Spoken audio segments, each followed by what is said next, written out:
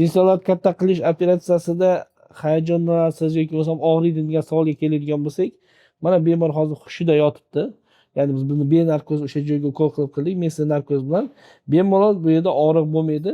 Bemorda o'zi hamma narsani kontrol qilib yotadi. Tekkanini biladi, og'riqni sezmaydi. Mana bu bemorda ham mana operatsiya qilyapmiz. Biz bemor bu yerda gaplashyapmiz. Bemor hamma gapimizni eshitib turibdi. Shuning uchun bu operatsiya pod kontrolim bo'ladi. Nafaqat doktorning kontroli bilan, balki bemor ham hamma narsani kontrol qilib turadi. Ya'ni o'zi nima jarayon bo'layotganini ko'radi. Bir xillar qo'rqadiki, operatsiya vaqtida jinsoat kesib qo'yadim degan fikr bo'lishi mumkin yoki biror joyga tegib qo'yadim degan fikrlar bo'lishi mumkin.